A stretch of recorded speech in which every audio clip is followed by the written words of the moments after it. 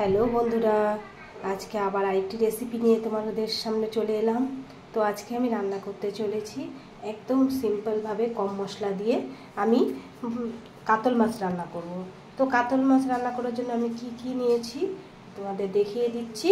তো এখানে দেখো কাতল মাছ আছে নুন হলুদ মাখানো, এখানে হচ্ছে আলু কাটা আছে, এখানে হচ্ছে টমেটো আছে, এখানে কাঁচা লঙ্কা আছে, আর এখানে গোটা জিরে হলুদ আর লবণ নিয়েছি। ব্যাস এই কটা মশলা দিয়ে আমি কাতল মাছটা রান্না করব। তো চলো প্রথমে আমি মশলাগুলো তৈরি করে নিচ্ছি, তারপর আমি রান্না করছি। ঠিক আছে, চলো বন্ধুরা। প্রথমে জিরাগুলো বেটে নেব।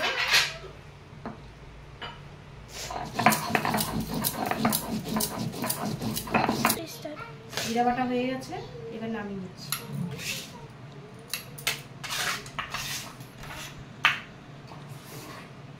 কাঁচা লঙ্কা বেটে নেব।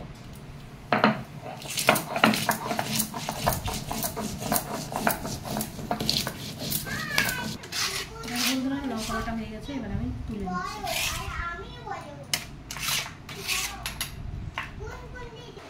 তো মাছ ভাজার জন্য কড়াইতে তেল দিয়ে দিয়েছি, এবার মাছগুলো ভেজে নেব।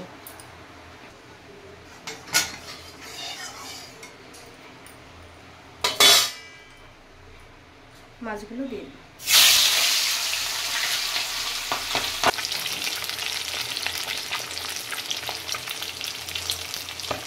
মাছগুলো ভালো করে লাল লাল করে ভেজে নেব। বন্ধুরা আমার মাছ ভাজা হয়ে গেছে, সব তুলে দেবো।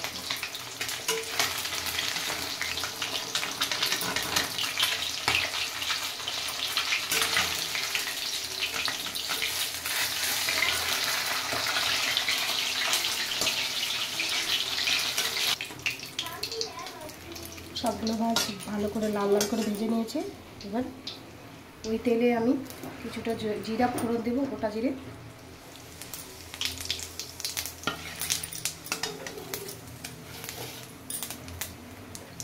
আলুগুলো দিয়ে দেবো,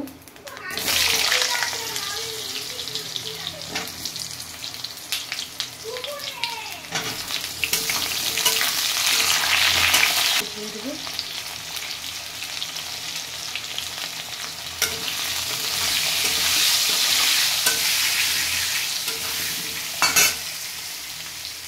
একটু লবণ দেবো,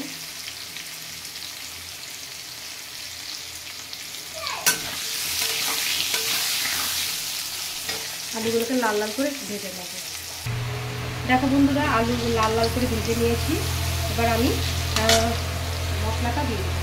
এখানে যে কাঁচা লঙ্কা আর জিরে বাটা আছে সেটা এবার আমি দিয়ে দেবো।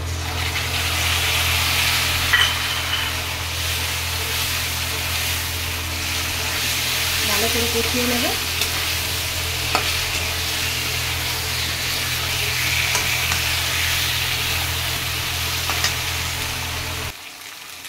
সামান্য একটু জল দিয়ে দেবো।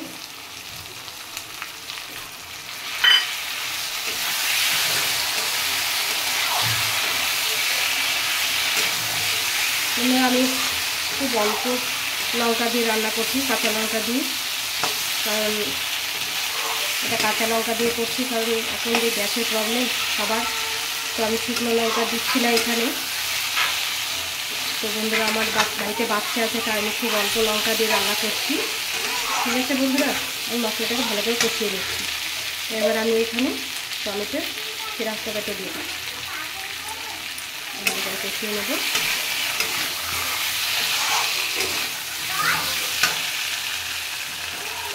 তো দেখো বন্ধুরা, মশলা ভালো করে কষিয়ে নিয়েছি, ভালো করে কষানো হয়ে গেছে, তেলও ছেড়ে দিয়েছে। দেখো বন্ধুরা, ভালো করে কষিয়ে নিয়েছি মশলাটাকে, যাতে মশলা থেকে কাঁচা গন্ধ না আসে। তো ঠিক আছে বন্ধুরা, এবার আমি জল দিয়ে দিচ্ছি, সামান্য জল দেবো।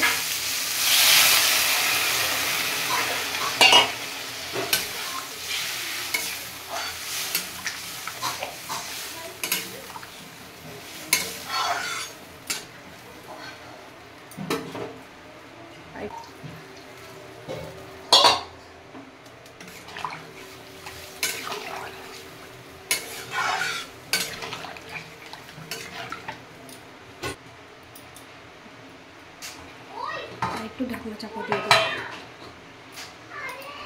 ঢাকনা খুলে চাপা খুলে দেখবো একটু বন্ধুরা। আলুগুলো প্রায় সেদ্ধ হয়ে আসছে। এবার আমি মাছগুলো দিয়ে দেবো, এক এক করে সবগুলো মাছ দিয়ে দেবো।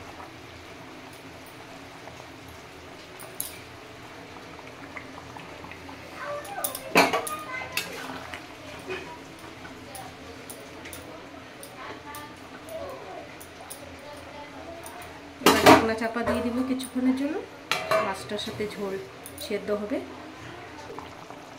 দেখো বন্ধুরা, আলু ভালো করে সেদ্ধ হয়ে গেছে।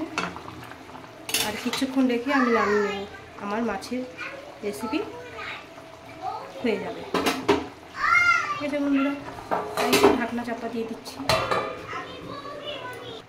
দেখো বন্ধুরা, আমার রান্না কমপ্লিট। এখন আমি এটা মাছের ঝোলটা নামিয়ে নেব। তো বন্ধুরা, তোমরা চাইলে এখানে ধনিয়া পাতাও দিতে পারো। তো আমার কাছে তো ধনিয়া পাতা নেই, তো আমি প্লেনই রান্না করলাম। ঠিক আছে বন্ধুরা, আমি নামিয়ে নিচ্ছি তরকারিটাকে। তো বন্ধুরা, নামিয়ে নিচ্ছি মাছের ঝোলটাকে। তো বন্ধুরা, আমার রান্না কমপ্লিট হয়ে গেছে। তো বন্ধুরা দেখো কেমন হয়েছে। অবশ্যই আমি যেভাবে রান্না করলাম একদম কাঁচা লঙ্কা দিয়ে কম মশলা দিয়ে এভাবে বাড়িতে একবার অবশ্যই রান্না করে খাবেন।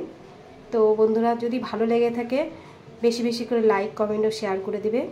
তো বন্ধুরা ঠিক আছে, আরও তোমাদের যদি এই রান্না ভালো লেগে থাকে তো আরও নতুন নতুন রান্না তোমাদের সামনে তুলে ধরবো। তো বাই বাই বন্ধুরা, এখন রাখছি।